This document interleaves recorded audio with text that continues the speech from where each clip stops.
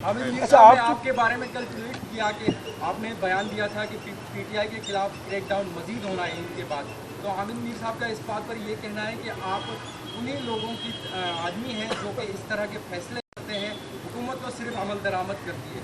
तो क्या आप सच में उन्हीं लोगों के आदमी हैं कि जो इस तरह के फैसले करते हैं कि किसके खिलाफ क्रैकडाउन करना है? देखिए, मैं तो हामिद मीर साहब एक बड़े अच्छे जर्नलिस्ट हैं, मेरा उनसे बड़ा अच्छा रिश्ता है और वो ख़ुद बड़ी तकलीफ़ से गुज़रे हैं जब उन पर गोलियाँ चली थी। मैं ये आपको ज़रूर बता सकता हूँ कि मैं किसका हूँ या किसका नहीं हूँ ये तो मुझे पता, लेकिन मैं हामिद मीर साहब को बंदा ज़रूर हूँ। कर दिएगा, ऐड ये कर दिएगा कि आप भी हुकूमत में थे पहले इमरान खान के साथ, क्योंकि सोशल मीडिया पे तो तमाम चीज़ें चल रही हैं जो खुलेआम फौज को निशाना बनाया जा रहा है। जी, आप समझते हैं कि ये पीटीआई ही कर रही है या उसका नाम यूज़ किया जा रहा है? देखिए, फ़ौज के अलावा भी किसी को नहीं छोड़ते ये ट्रोल्स, और इससे कोई फ़र्क नहीं पड़ता। मैंने आपको कहा ना कि बाहर हड्डी फेंक दें, अगर बाहर सब चिपक जाएँ कोई मसला नहीं है ना, लेकिन क्वालिटी की हड्डी फेंकेंगे तो ज़्यादा शोर होगा, बगैर क्वालिटी के भेजेंगे तो कम शोर होगा। तो हम क्वालिटी शोर कर रहे हैं क्योंकि हम इस बड़े प्लेटफॉर्म पे। नंबर एक। नंबर दो ये कि ऐसा नहीं है कि पीटीआई ही की लोग ये ट्रोलिंग करते हैं फ़ौज के ख़िलाफ़ या ज़ाती तौर पे।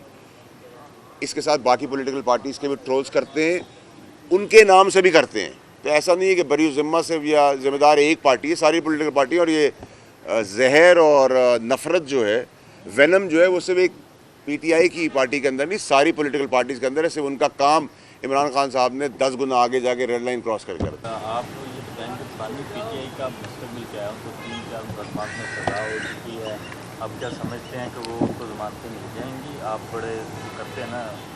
देखिए जी, वैसे तो जो हमारा अदालती सिस्टम है, अदालती निज़ाम है, उसमें तो एक इट्सेल्फ बहुत सारा एक सवालिया निशान है। अभी 6 पढ़ लेंगे और 2 घंटे बाद उसी 6 को 9 पढ़ लेंगे।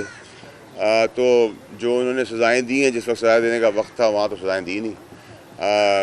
नंबर एक। नंबर दो ये कि आज के दिन तक अगर आप मुझसे तहरीक इंसाफ के चेयरमैन साहब की बात करेंगे तो दुनियावी और कानूनी तौर पे तो वो मुझे मज़ीद शिकंजों में फंसते हुए नज़र आ रहे हैं, फंस गए हैं और मज़ीद परेशानियाँ उनके लिए आगे बढ़ रही हैं, उनकी पार्टी के, उनके मौला जट लोगों के और उनके उन लोगों के भी जो चारों तरफ खेल रहे हैं, जो डबल एजेंट्स नहीं ट्रिपल एजेंट्स हैं।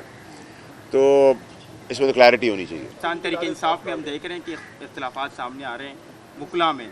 एक कहते हैं कि हमें खान साहब ने कहा था कि आप मजलिस वहदतुल मुस्लिमीन का हिस्सा बन जाए, कोई कहता है हमें कहा था कि शरानी ग्रुप के साथ मिल जाए।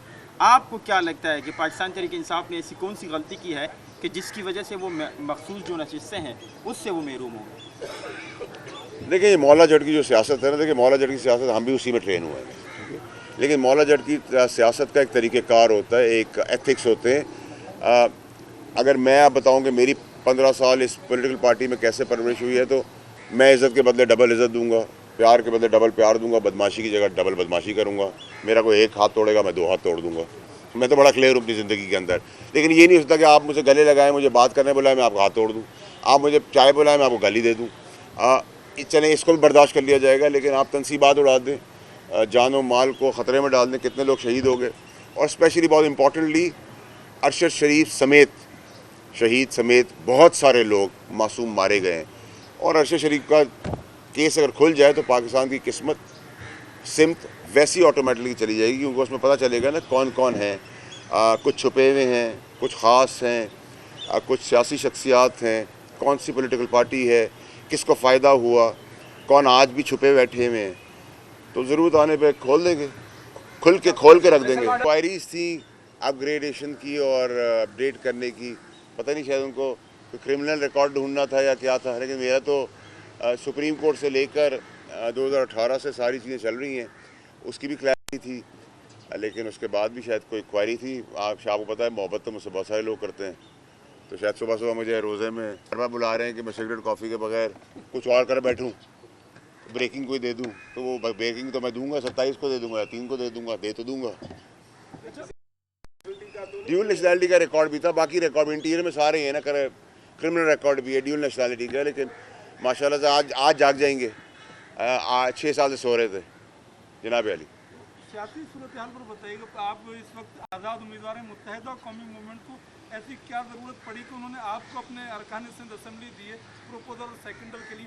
पीपल्स पार्टी जिनकी आप ज़्यादा तारीफ कर रहे हैं, उन्होंने आपको ये तजवीज़ और तायद कुनिंदा नहीं दी। देखिए जी, अगर मुझे कोई प्यार करता तो आपको क्या प्रॉब्लम है, बट कम ही लोग करते हैं मुझे। दूसरी चीज़ ये कि देखिए मेरे इख्तलाफात मुखालफत थी MQM लंदन वाली टीम के साथ। इसमें काफ़ी लोग हैं, जिसमें मुस्तफ़ा कमाल साहब हैं, रऊफ़ सिद्दीकी साहब हैं, गवर्नर साहब हैं, खालिद मकबूल सिद्दीकी साहब हैं, और बहुत फैसल सब्ज़वारी साहब हैं। बहुत सारे ऐसे लोग हैं जो जिनसे मेरा बहुत अच्छा ताल्लुक़ रहा है। और MQM आज की जो है उससे तो वैसे ही मेरा ताल्लुक़ कंपैरेटिवली बहुत अच्छा है। मेरा MQM पाकिस्तान का कोई इख्तलाफ नहीं था, मेरे को लंदन का इख्तलाफ था, है और खुल के और रहेगा।